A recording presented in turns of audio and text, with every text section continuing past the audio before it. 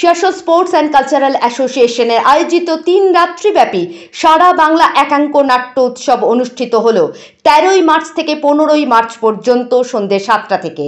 Sports and cultural অ্যাসোসিয়েশনের সুবর্ণ জয়ন্তী মঞ্চের রজত জয়ন্তী বর্ষকে সামনে রেখে এবং প্রাক্তন সভাপতি জীবনলাল মালিয়া স্মৃতিতে নিবেদিত হয় এই সারা বাংলা একাঙ্ক নাট্যোৎসব 2024, যেখানে কলকাতা সহ পশ্চিমবঙ্গের বিভিন্ন নাট্য দলগুলি অংশগ্রহণ করেছিল।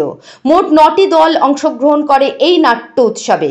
13ই মার্চ অর্থাৎ বুধবার এই নাট্য উৎসবের শুভ সূচনা করা হয় আনুষ্ঠানিকভাবে।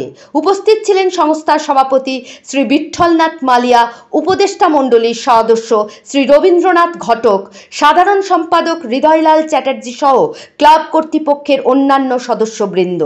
প্রতিদিনই বিভিন্ন বিষয়বস্তুকে সামনে রেখে মনোজ্ঞ নাট্য উপহার দিল প্রতিটি নাট্যদল। নাট্য উৎসবে নাট্যপ্রেমী দর্শকদের ভিড়ও ছিল চোখে পড়ার মতো। প্রেক্ষাগৃহ ভরে উঠেছিল বিভিন্ন বয়সী পুরুষ এবং মহিলার সমাগমে। এটা হচ্ছে এখন যদি আমরা আমাদের যে বয়সের মধ্যে আমরা সমবয়সী, সবাই যারা এখানে উপস্থিত আছি আমরা প্রত্যেকে সমবয়সী।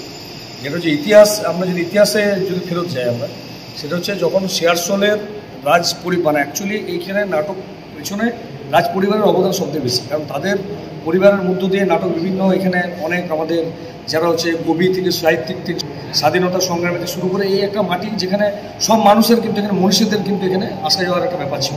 সেটা তার প্রথম হচ্ছে রাজ পরিবার। তো এখানে মোটামুটি আমাদের শতাধিক বর্ষ এই শিয়ারশোলের বুকে নাট্য চর্চাটা কিন্তু চলছে। তারপর আমাদের যখন আমাদের Searsole sports and cultural association 46 সাল, যখন এখানে যুবরা সব মিলে একসঙ্গে রাজ পরিবারের সহযোগিতা নিয়ে আমাদের পুরাতন যে রাজবাড়ি, যেটা এখন নেই, সে ধ্বংসবস্তা আপনারা দেখতে হবে, সেখানে আমাদের রাজবাড়ির ওখানে একটা স্টেজ করা হয় এবং সেখানে ভালো ভালো নাটক আমাদের শেষরা যারা আমাদের সিনিয়র ছিলেন তারা করে গেছেন। এরপর পরবর্তী সময় 1974 সাল সে সময় থেকে শুরু করে সেই সময়টাতে আমাদের একটা কম্পিটিশান প্রতিযোগিতা, নাট্য উৎসব প্রতিযোগিতা শুরু করে সেখানে একটা করে নাটকের দল বাড়ছে, বিভিন্ন নাটকের দল ছিল। সে হতে হতে হতে হতে আমরা 1999 সালে আমরা যখন আমাদের ব্যাচ যখন নাটক শুরু করবো, তখন মোটামুটি 19-20টা নাটকের দল। শিয়ারশোলটা ঐতিহ্য কিন্তু ধরে এলো।